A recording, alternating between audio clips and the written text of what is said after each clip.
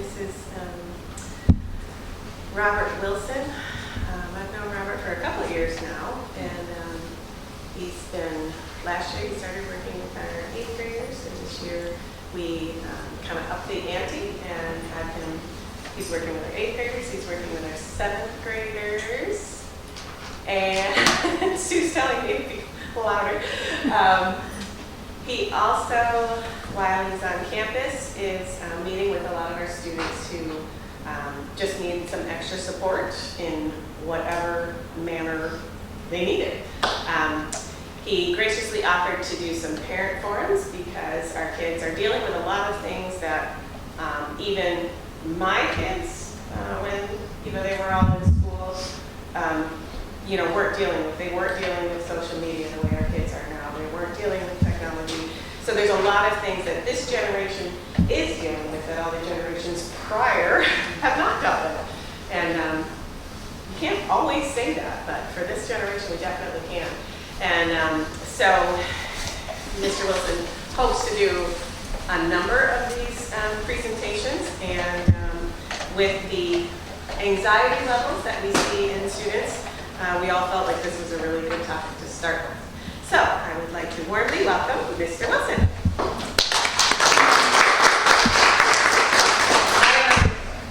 Yeah. Hi folks, Robert Wilson. It's wonderful to be here, and so glad that you came out given the weather. I live in Warren, Rhode Island, so yeah, I know it was rough coming in this morning, but I'm glad that you are here. Take this off. Just pop it up, yeah. So, yeah, I'm glad that you are here. This is clearly anxiety is more prolific now, post-COVID. We know the kids were at home for 12, 15, 17 months, and so kids have a lot more anxiety. I'm going to go through the stats, causes, all that, what anxiety is, and talk about potential treatments. Okay, and then there'll be a question and answer part where you can actually ask me anything.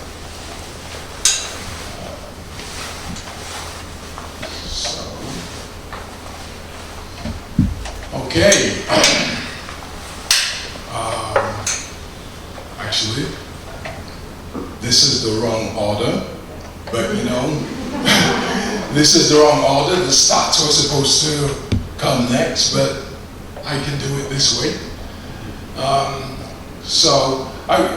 It's important that I make the distinction between anxiety and stress. And by the way, everybody can get a copy of this. So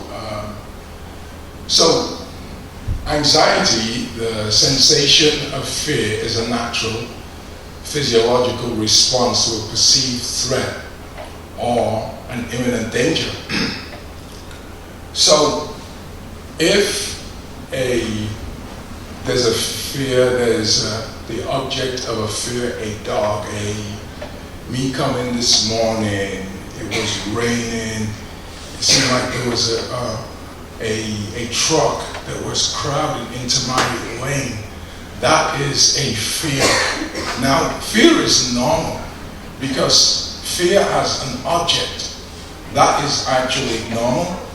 And when an individual encounters a stressful situation, their body activates a physiological response that enables them to either confront the source of the stress or escape from it. This response is commonly known as the fight or flight response. So if I'm in the fight or flight response, what actually happens is there are bodily changes that go on that enables me to respond to a valid threat. This morning, I accelerated out of the way so that this truck couldn't crowd my lane and potentially do me harm. what happens in this fight or flight response, there's a sympathetic nervous system which causes adrenaline to be secreted into your body, your other response, digestion, saliva production, which is the parasympathetic nervous system, all of that slows down. That is normal because this response, it saves us from actually being hurt by that threat. Anxiety, and I'm almost going to net up there, and I'm going to just speak off of the cuff. Anxiety is different. A lot of our kids have anxiety because they live in a state of hypervigilance. So it would be a problem now if I was still hypervigilant now because of that fear threat this morning. But this is how our kids are living with this anxiety, living in a state of hypervigilance. Many parents have got anxiety. And this anxiety, what it actually does, it permanently changes the brain circuits. So we've got what's called the temporal lobe, and the temporal lobe in the brain is the seat of the emotions. And so because kids live in a sense of hypervigilance, they can't focus properly. They are not able to sleep, not able to relax. Some of our kids at a young age have higher blood pressure than they should. Many of them have headaches, low self-esteem, and anxiety does all of this, living in that state of hypervigilance. You know, there is a question and answer section at the end where I feel that that is too long, so I'm going to take questions and answers as I'm speaking. Any questions regarding what I've said? Yeah? Anything? Yeah? So because our kids live in this hyper state of vigilance, they're not able to focus. Many kids don't do well in school because of a focus issue, because anxiety causes your mind to be worried about this threat response. What are people going to think of me? How am I going to do in that test? Am I going to be in trouble with this coach? How do people like me? What about this particular game? How am I going to be perceived in youth group? What does God think about me? What do I think of myself?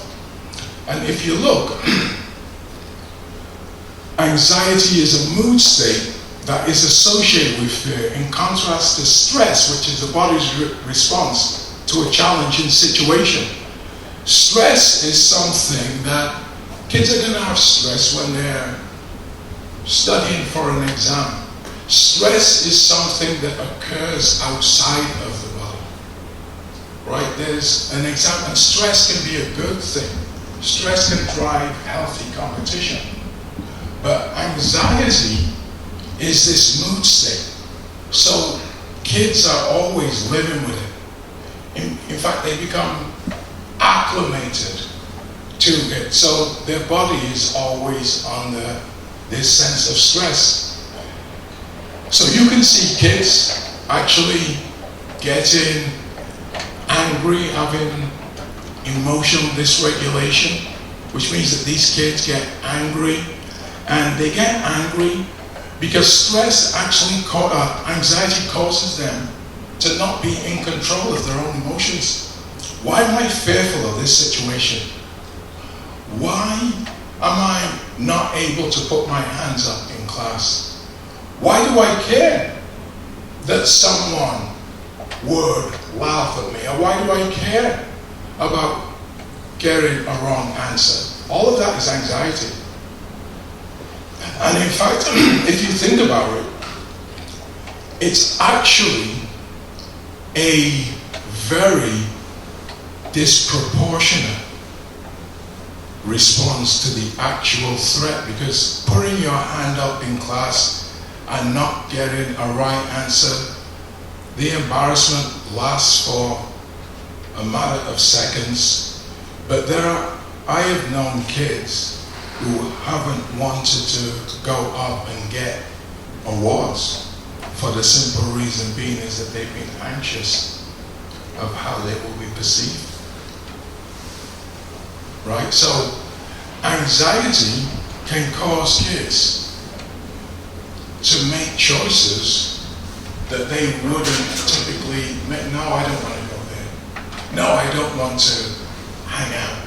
Because it's easier to do nothing than something. Anxiety can also cause kids to feel that they're weak. Really? Why am I afraid? Why am I afraid of something so benign? Right? Why am I afraid of my friends laughing at me? Why do I care? And so a lot of kids who have anxiety, they get angry at themselves. So you might see emotional dysregulation with your kid, meaning that there could be a lot of disproportionate anger. Why is there so much anger for such a little stressor, or maybe no stressor at all? Right? And so anxiety is a mood state that kids actually live with. So these are the stats. So according to the CDC, anxiety affects 9.4% of children, adolescents aged 3 to 17. Comorbidity is common in children of this age group. So comorbidity is co-occurring disorders. So if your child has anxiety, chances are he also has something else, or she has something else. A study showed that 73.8% of children with depression also have anxiety, and 47.2% exhibit behavioral problems. These findings are vital for addressing children's mental health needs. According to the National Comorbidity Survey Adolescent Supplement, about 31.9% of US adolescents aged 13 to 18.3 have experienced some form of anxiety disorder at some point in their lives. Female adolescents are more likely to experience anxiety than males. The lifetime prevalence rates for specific anxiety disorders among youth aged between 13 and 18 years old are approximately 20% for specific phobias, 9% for social anxiety, 8% for separation anxiety, 2% each for agoraphobia, panic, and generalized anxiety. The median age of onset of anxiety disorder is estimated to be 11 years old. Okay. Sorry folks, this is all over the place. It was in order, okay, but it's still all relevant information. I hope you don't mind. Anxiety disorders are a result of a combination of biological, psychological, and social factors, genetic, environment, cognitive bias. So let me explain that cognitive bias. That's really important, because cognitive bias is how kids interpret their environment. Cognitive is just thinking, it's a thinking bias. So it's very easy. I have a friend really good friends. I have a radio show, and she is a host of my radio show. It's called Think Better, Live Better. It's on Christian radio every Saturday at 11 a.m. WARV. And she was speaking on the show, and she actually said, when her younger sister was born, her younger sister is about 11 years younger than her, it caused this cognitive bias. She saw her parents giving more attention to a younger sister. So she's 11 years old, the younger sister is a baby. Clearly, a baby's gonna need more attention than an 11-year-old. But this caused this bias, which caused her to have low self-esteem. So now, she said, I'm not as important as my sister. And this caused her to have eating disorder. She speaks openly about it on the radio. It caused her to engage in a lot of behavior when she was younger that clearly it was behavior of self-devaluation. All of these things that she wouldn't have done. This caused a cognitive bias. Kids can actually misinterpret situations and say, my parent loves my sister more than she loves me. And that can cause anxiety. Because now, I have got to do that much more to elicit the attention of my parents. And she spoke openly on the radio because of not feeling she was getting the attention she craved from her parents. It caused her to look in unhealthy, toxic places when she was younger for attention and end up being attention from males. The reason why I say this is that anxiety can be a very, very slippery slope. A lot of people just say, well, anxiety, just worrying, No. There are behavioral changes. There's changes in behavior that result. A person's genetic makeup can increase their vulnerability to anxiety, which can be triggered by stressful or traumatic situations. So, in clinical work, PTSD is considered to be an anxiety disorder. It's considered to be an anxiety disorder because it is a mood state where people live in a state of hypervigilance because of what they've been through. And I've counseled people who've been in the Vietnam War, and that was a long time ago. Clearly, where these people lived in this hyper state of fear and were constantly triggered. And so you can have these triggers too. Kids can have anxiety just by coming to school, just by feeling that I'm not as good as everybody else. This worry, this self-esteem can cause, low self-esteem can cause kids to have anxiety, but anxiety can also cause low self-esteem. It's this cyclical rut that goes around. One thing leads to another. So several conditions can lead to anxiety, including medication, substance abuse, trauma, childhood experience, and panic disorders, difficulty in coping with studies. This is one thing that can cause anxiety. So if kids struggle a little bit, and there's some incredibly bright kids who struggle as they're actually coming to terms with understanding their learning style.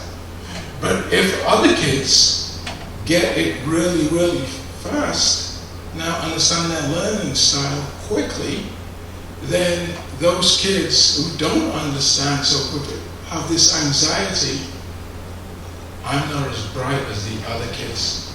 And so school will become a stressor. It will become a stressor. If I feel I cannot learn as quick as the other kids, it will become a stressor. And the thing about this with anxiety is that having this pre-existing belief in my mind is naturally going to cause even more anxiety. So this pre-existing belief will precipitate even more anxiety, which will serve to cause learning to be more difficult. So you see how the rut kind of starts. Difficulty in coping with studies, concern about weight, having kids have that concern about their weight, especially young girls, having fewer friends, lack of intimacy with parents. A lot of kids can have anxiety regarding that. Do my parents care about me? Do my parents love me? Do my parents want to know what's going on with me? Examples of what can cause anxiety is if a parent is constantly on the phone and picks up. I see a smile. Anything you want to share? We love examples. Yeah, okay. But if parents are constantly on the phone when they pick up a kid, I know that some parents have demanding jobs that require you to be on the phone, but that can cause a misinterpretation from kids regarding that. Oh, that is obviously more important than me, and so now I am clearly not getting that much attention from my parents. That will cause anxiety. What do I have to do to be loved?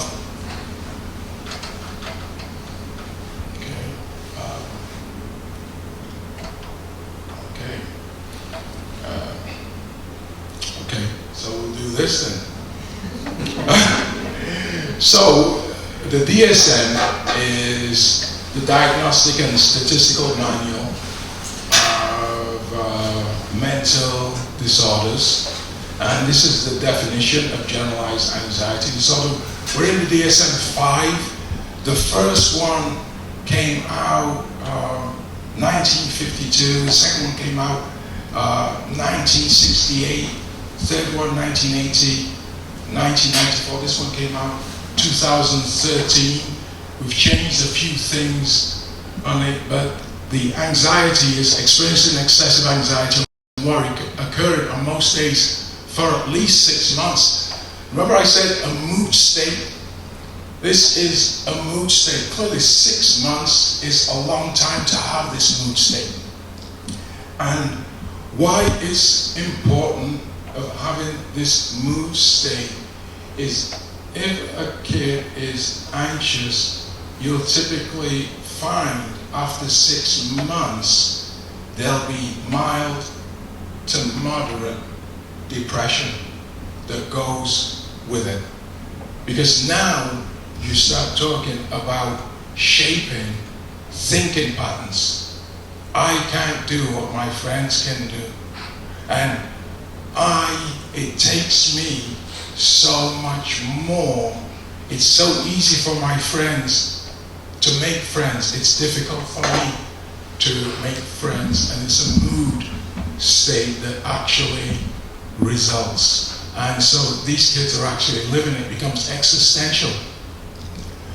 The anxiety and worry are associated with 3 or more of the following symptoms, with at least some symptoms present for more days and not for the past 6 months. Restlessness or feeling keyed up or on edge, being easily fatigued. A lot of kids who have this mood state, of course, they become mentally exhausted, difficulty concentrating or mind going blank, irritability, muscle tension, sleep disturbance. So this is the Diagnostic Statistical Manual. Social anxiety.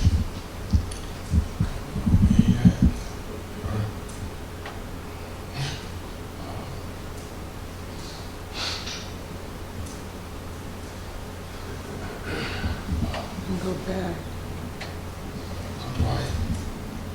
So, sorry, technical glitch. Not my computer. Not my computer. Okay, not my computer.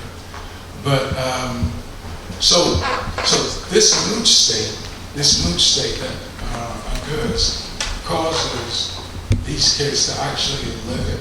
And I'm going to say this is that typically kids can't get out of this mood state without psychotherapy. This mood state is more like a maze. Okay. Let's do social anxiety now. Okay. Social anxiety is a marked and persistent fear of one or more social or performance situations in which the person is exposed to unfamiliar people or possible scrutiny by others. So kids now, it becomes difficult to make friends. Your kids are only going to be as good at making friends as good as the image that they have of themselves. And that image actually prevents a lot of kids from making friends. A lot of kids are quiet in school, not because they're quiet, but because being quiet is safe, is actually safer. There's a lot of kids also who self-isolate because they don't feel good about themselves. And self-isolation is better than the rejection that they may face. There's a lot of adults who don't make friends at work. They self-isolate because of anxiety. There's a big fear of rejection and social anxiety. Marked fear or anxiety about one or more social situations in which the individual is exposed to possible scrutiny by others. Examples include social interactions. So you will find it's very common for kids and adults to be in social interactions and say things like, I should not have said that thing. What do they think about me? It's called analysis paralysis. So for days and days after that social interaction, they're going over it in their mind. They think I'm silly. They think this of me. I don't know why I said that. I should not have said that. And that constant questioning, it causes these kids to have even lower self-esteem. And to avoid these possible situations that these can occur in. Those are social situations. There are a lot of kids who will stay in their room on computer games. Computer games are so incredibly safe. Right? Being on a tablet, social media is incredibly safe because you get to hide behind a screen. So, you see, in children, the anxiety must occur in a peer setting and not just during interactions with adults. That is important because kids don't compare themselves to adults. They compare themselves to other kids.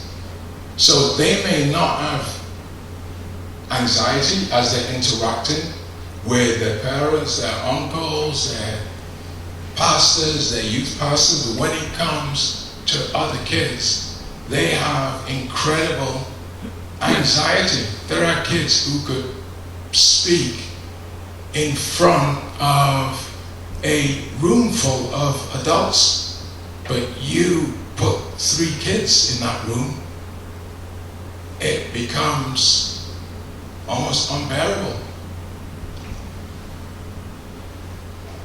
So the individual feels he or she will in no way show anxiety symptoms or will be negatively evaluated.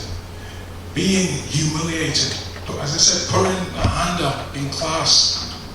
If I get this wrong, I will almost die. And so you have a lot of very, very bright kids who really are afraid to try. Because trying is such high risk. And the sad thing about this is that people don't grow out of this. They actually grow into it. So an anxious kid, if untreated, becomes an anxious adult. You actually grow into it because it's a way of thinking. It's a way of looking at the world. And I do a thing in psychotherapy, which hopefully we can get to the slide. Sorry. Just the arrow, back arrow. Okay. The arrow down in the bottom right. Okay. Sorry if it was not.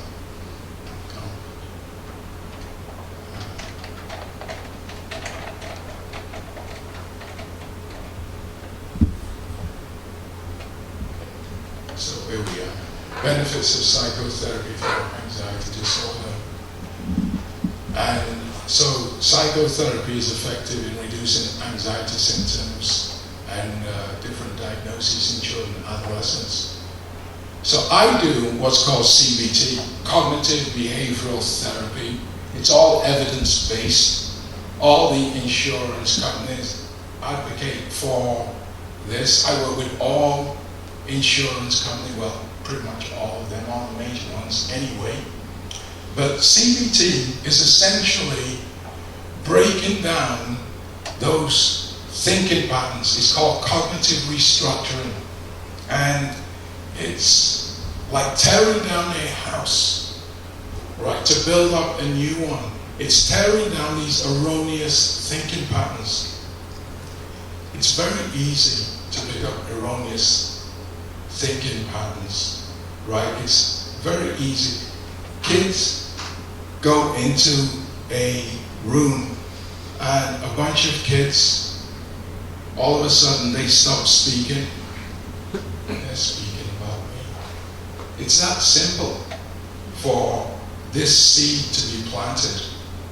What CBT does, cognitive restructuring, we tear this down, because once that happens, once a kid sees themselves less than or not as socially competent as a friend, they are going to see themselves less than in every set of situation. Really, it's very easy to actually develop this, and we have to tear it down. And so it's tearing this down, these unhelpful thinking patterns, and building up new ones. Oh, I'm less than. Oh, people don't like me. That's very common with kids. There's a lot of kids that will use negative self-talk. You know, oh, I'm not very bright. Oh, I'm not very this. But we all know that life and death is in the power of the tongue. There's a great saying I like by Henry Ford. It's, whether you believe you can or you believe you cannot, you are right. Right? You are right. And a lot of these kids believe that they cannot. My son, years ago, said this to me. He said, Dad, how come it's so easy to think negatively and it's so difficult to think positively? He said, how come? He said, it's so easy for me to think negatively. I said, you know, there is, because of the sinful nature, we have what's called the parietal lobe. And the parietal lobe actually feels all the information that comes into your brain. The chances are a kid who doesn't have the life experience and is still growing and is still developing, right, a sense of independence and identity and a place in the world is going to see themselves from a negative standpoint. It's me against the world. I'm not as good as other people. So we're bent that way because of the sinful nature. We are more inclined to think negatively. And that doesn't even just mean kids. adults too. It's not like you become an adult and all of a sudden positive thinking becomes easily. This is why if you look at the marketplace, there are gazillions of books on positive thinking because it's so difficult to do. It's so difficult for adults to also escape their dysfunctional childhood, and parents who are dysfunctional, who meant the best, but really were very limited because of their parents. And we keep going back and back and back to the original parents. And so currently the most effective treatment for anxiety in children is CBT, which shows positive results in about 50% of cases. Now here, the literature is very conservative. It's much higher than that, but literature is very conservative in terms of its estimations. But CBT treats a wide variety of PTSD, depression, anxiety, and CBT is very effective as a short-term. I do short-term therapy. So I don't do therapy where kids are in therapy for so long that they think that there's something wrong with them. There's something wrong with me that I can't escape. So I do very short-term therapy. Tear down the old thinking patterns and build up the new ones. Really. And it's amazing. It's almost like a brain wash. Wow, I hear kids all the time. I can't believe I thought like that. Well, what's the big deal? Me putting my hand up. So what if I'm wrong? And I did a message, he's going to a church. It was called, So What? So what if you're wrong? Really? But in order to have this so what mentality, you have to have this anchor. And you can only have this anchor from a sense of thinking well of yourself. And it's so wonderful to actually see kids say, so what? You know, at one time, I asked the faculty and Mary and others about giving this message, which I did a couple of weeks ago, because I wanted these kids to not see me, well, this is a guy who is there talking from just a standpoint of education, and he knows what he's talking about. I wanted these kids to know about my experience. So I gave them a message about dealing with struggles, and I told these kids a little bit about my life so that they would see that I could relate to them. I was born in the north of England.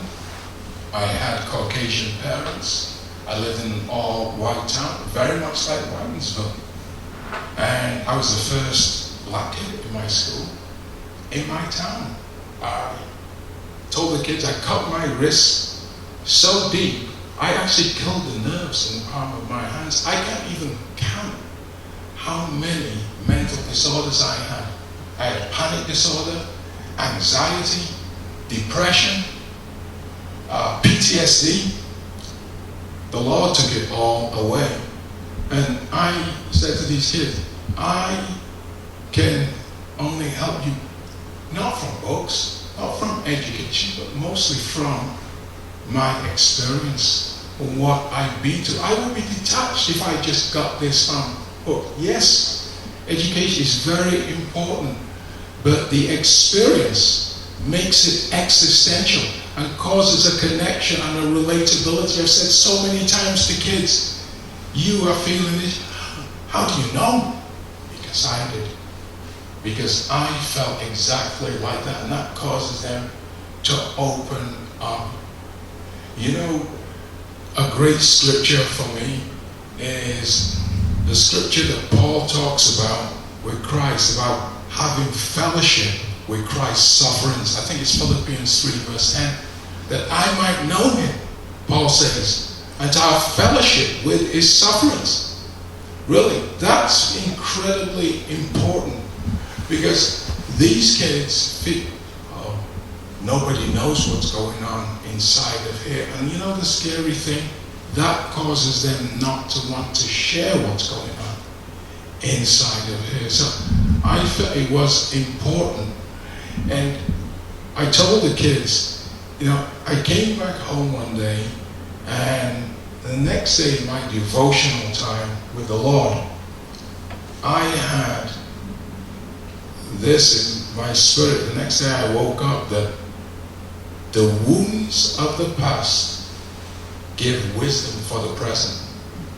And it was to share my wounds with these kids. I hadn't shared my wounds in a long time, in years. And I just started doing that, and wow. And so many people say, I don't know. But I said, yeah, I know what you are going through. And that causes me to be able to elicit a lot more information. My parents don't understand me. Listen, I don't doubt kids know that their parents love them, but they don't understand me. Love and understand are two different things. Two very, very different things. I waited until my son was 18 to tell him everything I went through, that I was in a mental facility. Yes. I was in the same mental facility that I did my internship in as a grad student. And I gave my supervisor my testimony, and that's what she wasn't a Christian. I want you. Because it's the relatability. So it's being able to understand what goes on in the internal world of these kids. And if these kids know that you understand and you've been through it, I've seen it, they open up. They become like Niagara Falls. Really. It may have been a wilderness at one time, barren, but it becomes Niagara Falls when you actually say you understand their suffering. What is one of the great things that we love about our relationship with Christ is that He understands our suffering. Would we be able to say that if Christ had stayed in heaven and zapped some kind of salvation into life from heaven? No. It's the immanence of Christ and the fact that He went through, suffered in all points, just as we do, yet without sin, right? Isn't that what Scripture says? You didn't think I was going to talk about Scripture, right? In the Christian school, right? You didn't think I was going to. Listen, I do not believe, folks, in the secular gimmick. Yeah, of course, I'm a clinician and I take clients who are not Christian. I can't say to insurance companies, I only take Christian clients. But I'm going to say this, I still use, it's not like I turn off the Christianity yet. I'm not throwing 1 Corinthians 2 verse, I'm not doing that. But it's still wisdom from God. It's still the wisdom from God that directs me. And this is important because clearly as parents, you are also very suspicious of mental health, because I know it's amazing to me how young doctors want to get kids on medications. And let me tell you something, I'm against, in some cases, medications are necessary, but antidepressant and all of that stuff for kids, no. And anxiety, it's a mood state. It is a mood state. It's a change of thinking that is needed. And if you medicate it, they will always think that way. You will just numb up the effects of it, really. And they will never develop the coping skills for themselves. A pill is not a coping skill. Folks, a pill is not a coping skill. A pill is a way of numbing themselves. And one of the great things about living is that these kids experience and feel certain things. meds takes that away. I know I was on so many different medications. So many different medications. So psychotherapy is the way, and once again, this CBT is very similar to the biblical mandate of taking every thought captive. When he starts talking about taking every thought captive, it's restructuring how we think, taking those thoughts captive and allowing new healthy thoughts to be generated based on understanding, on changing a kid's core belief, how they see themselves. And I look at that as almost this well springing up inside of them. And just hearing kids say, I'm not anxious anymore, that doesn't bother me. I like challenging myself. So my psychotherapy is not going to medication, especially with kids. So many things are growing. I mean, the PFC, prefrontal cortex, grows until a kid is 30 years old. You can interfere with a lot of things with kids. Meds are necessary in some cases, but I don't believe in anxiety meds and antidepressants for kids. No, I really don't. And it's a last resort in adults. Don't believe in it in adults. If somebody's in danger of hurting themselves and they have depression that's so severe that they could hurt themselves, then yeah, but not the first course of action, and definitely not in kids. So I just want you to understand that, because a lot of parents are suspicious of the mental health system. Okay? And so maybe now we can do some questions and answers. Always a lot. Okay, so yeah, let me officially go to screen. Yeah, make it official, yes.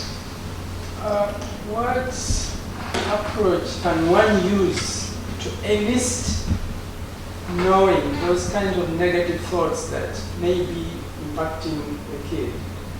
I've gone through an experience, or recently I had an experience where, like, where did all this come from?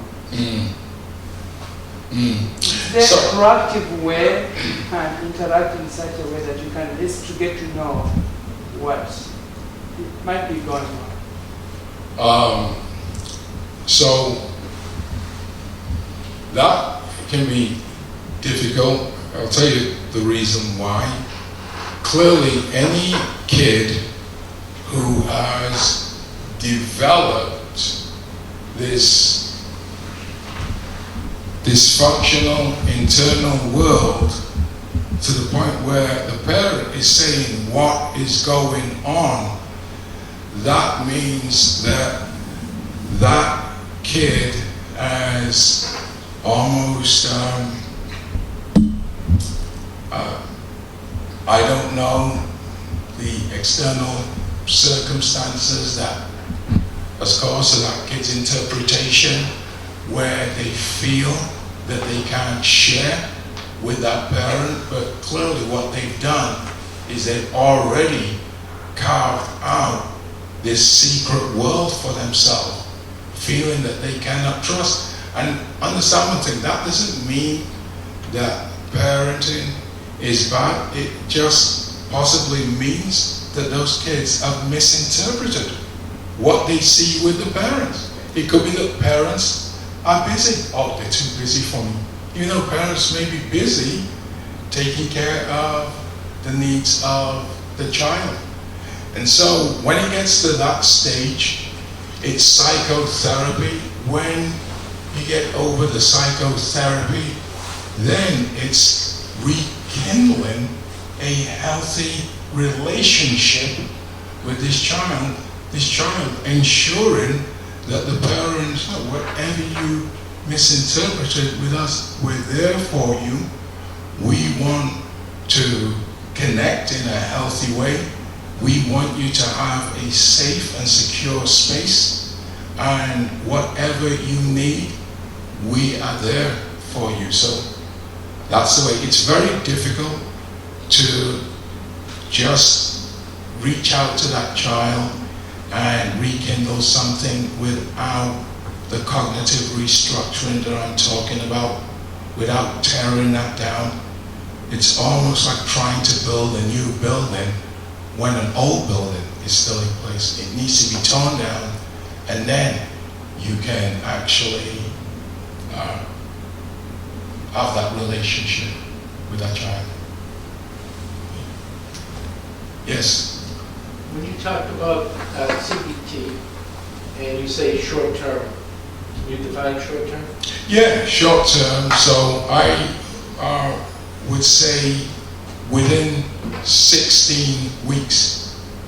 So within 16 weeks. And a lot of times it's sooner, depending on the severity where the child, and depending on the insurance as well. I like to actually do a couple of sessions a week with a kid. So it could be 8 weeks, could be 9 weeks. So there's something called heterogenic, which means that the clinician can actually cause the kid to think that there's something wrong with them if the clinician lets a kid believe that the length of this therapy is almost going to be so incredibly insurmountable that you are here, this is where you live now, right? That can cause problems, because now a kid says, something's wrong with me, I'm messed up. And so 16 weeks is the length of time. I like to finish sooner than that, but that's an approximation. Now, if the child has RAD, reactive attachment disorder, does that lengthen the time? So that is very different, yes, because RAD is something that clearly has been going on from the cradle. So that will take longer. So I have a kid with RAD right now that has been in therapy since he was 2 years old, but he's going to be done, I would say, within 6 months.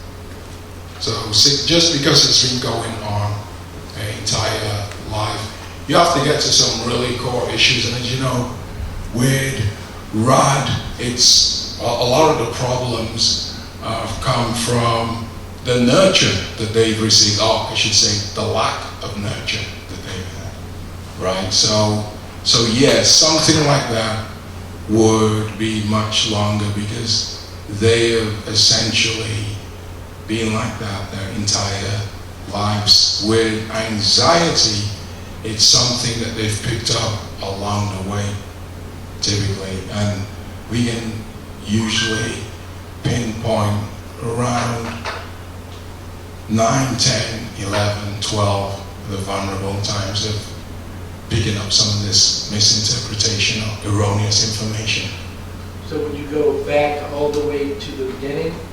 Almost do a regression? Yeah, I go all the way back to the beginning with everybody. So I go all the way back to 0, and it doesn't matter whether a kid is 7 or an adult is 70, I go all the way back, because it's important that we analyze the information and how they have actually analyzed the information, how they've seen the world, and what it is that they have pieced together that has caused them to be this way. Clearly, reactive attachment disorder is a result of dysfunctional nurture. That can start in a kid as young as 6 months. In fact, some people have even said younger, right? Some people say 1 year old, but I believe it can start almost from the beginning. So you do have to go all the way back and develop there's a lot of self-soothing techniques that are needed in RAD as well. So a lot of people with RAD, children can become adults who do some incredibly dysfunctional things to get attention. So yeah, we'll go all the way back to the beginning. And going all the way back to the beginning helps that kid to understand their life. At one time I didn't understand my life. I say to kids, I grew up confused.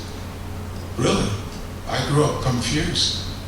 I did not understand my life. My parents were white. The entire town was white. I wanted to be white. Why can't I be that way? So I didn't understand my life. There was abandonment issues. There's my bio parents, all kinds of stuff going on. Anyone else? Yes. As a teacher, how do we make room, make space for these kids with anxiety, sometimes shutting down, but still keep them accountable for the work that they have to do? So I would say give them a safe space. One, I like using a technique where you're able to speak to them in an empty classroom, right? Be able to take them in this, because one of the things that causes kids to shut down even more when they feel that they are being treated as the odd man out, there's something wrong with me. So being able to take them into an empty classroom, speak to them. Are you ready for re-entry into the main population? Don't want to make that sound like it's a prison, but it's giving them, it's letting them know that they've got the attention that they need. No, there's nothing wrong with you, but I recognize that you need this kind of attention and this kind of space. And not giving you this space, speaking to you in the midst of other kids, it's going to make you even more self-conscious, which is just going to fuel your anxiety even further. Okay? Anyone else? Yes? In my interaction with other parents, who I may say peers that have gone through this experience, for us, the core thing we have identified is the lack of interaction between classmates or belonging. The word they use, what is it? There's a word they use that clicks and being left out. What kind of advice would you give such a kid on finding some belonging within that class setting? Once again, the fact that they haven't means that they've already formulated an identity which leads them to believe that they cannot. And so we are always almost going to retrace back to psychotherapy. It's something that needs to be torn down. One of the things that I do with my treatment plans, one with anxiety and depression, it's changing the core beliefs. And here's the thing, because of cognitive bias, a kid cannot change that for themselves. If you go to your child, any parent goes to their child and says, no, you can make friends with people. the cognitive bias will be, they're only saying that because they're my parent. I really cannot. So cognitive bias is like being in your own head and unable to get out. So you have to change these core beliefs. What has been built up, it's called a schema. What is being built up, that schema that has been built up has to be torn down. It has to be torn down because the kid is not going to be able to get out of their own head. I remember as a kid, I couldn't. And I know so many of these kids couldn't, because if they could have, they would have. So, yeah, so there is no way. I think expecting them to would just further fuel their frustration and their anxiety and cause them to retreat even more.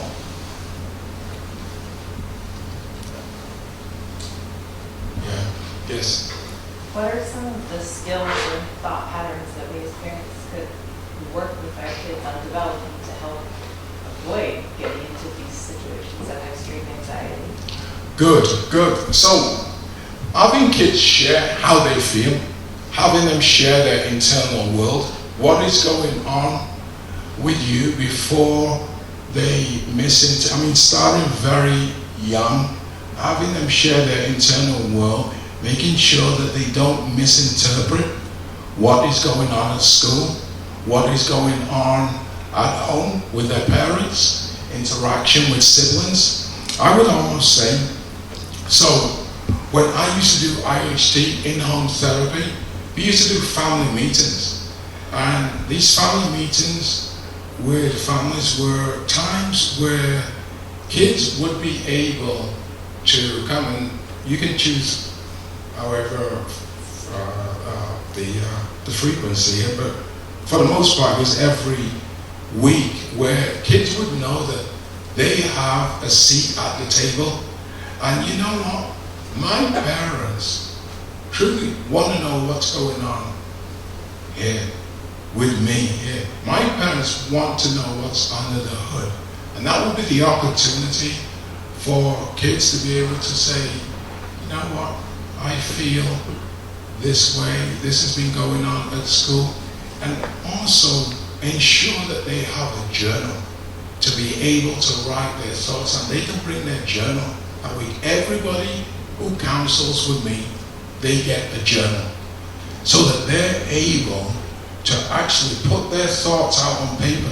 When you see these thoughts from a visual perspective, it looks different.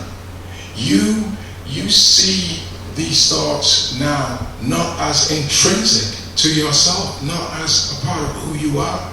You're able to make a separation. Like, there are a lot of kids, for example, who will, instead of seeing that they made a mistake, it's, I have a mistake. Yeah. So you get to separate it. And when you separate it, oh, it's okay to make mistakes. This is how I learn. And so letting them journal their internal world. Clearly, it is dangerous to leave kids to this internal world and to fend for themselves. They are going to misinterpret. So they just are. As they see other kids, there are kids who may see a kid finishing an exam really quickly, going to the door. Wow, I'm almost the last one out. I can't be that bright. I told my son, I want you to be the last one out. Really? The first one out might have bombed that exam. Really? Please don't see yourself as the one who wants this, saying, oh, he must be bright, look, he's finished first. No, you could have bombed it. I want you to finish well, not first, so making sure you go over it. But it's things like that. What's going on in their world? And once they know that they have access to you and that you're interested in the minutia that goes on inside of them, that's wonderful. That is wonderful. I have done things where I've had parents actually have a safe space for kids, driving kids to school, and these kids have been able to divulge certain things that they typically would not have done, because now they understand that the parent truly wants to know what's going on with them. And before you know it, kids are coming up to you, Mom, what do you think about this? What do you think about? And that's a wonderful thing, that you can redirect them and ensure that they don't develop these erroneous thinking patterns. Yes?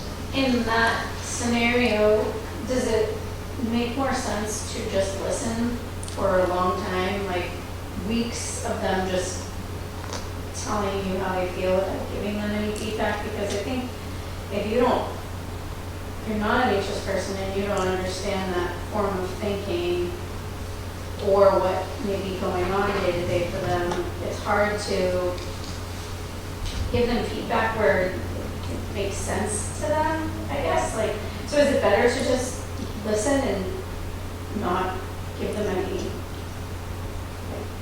feedback or any kind of advice? So here's what you want to do. You want to ensure that the rationale makes sense, that they're basing it on, right? So, why do you think that? It's called Socratic thinking. Just going down this road, well, why do you think that? Oh, they were laughing at you, or they stopped talking when you walked into the room. Yeah, I don't think that they liked me, they were talking about me. How do you know that they were speaking about you? A lot of times, people will stop talking automatically when someone walks into the room, because they'll look and see who walked into the room. So it could be that. So it is important to challenge your thinking. I told people, this is what counseling is, good counseling. It's challenging thinking. That's really what good counseling is. It is challenging thinking. Kids would say, oh, I don't belong in this world. Why would you say that when God put you here? Nobody likes me. So it's important that you challenge their thinking. And it's almost like aligning wheels of a car, getting them back on the straight and narrow. That's really important. For the simple reason being is that once they go off on this crooked path, more things are going to be loaded on top of that. And the problem about cognitive bias is if I believe one thing in error, it's very difficult for me to believe 2 and 3 things in error, because that is a set of erroneous lenses I'm now looking at everything else from. So it's very important that you start challenging thinking. Whoa, why are you thinking that way? Why do you feel that way? How do you know? And one of the things about CBT is it is evidence-based therapy. And a lot of these kids, they don't have evidence for it. I've had so many people, adults, oh, this person doesn't like this person does. Why don't you go and see for yourself? And they've said to me, Robert, that person was so bewildered. When I confronted them about this, I knew that I was wrong. They looked like I had 2 heads. I said, exactly. But you were believing that. And you would have continued to believe that. And it probably would have ended up destroying your relationship. Because you were thinking something that this person had no idea about. So it's very important to correct error.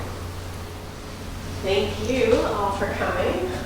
Really appreciate it. Obviously, it's a very needed discussion with our kids today. And Robert and I work closely together with a lot of our students, and I'm just grateful for the wisdom that he brings, and the change that I see in students after they meet with him a couple times is beautiful. It's a beautiful, beautiful thing. So thank you for sharing with us, Robert, and thank you all for coming tonight. Thank you for coming.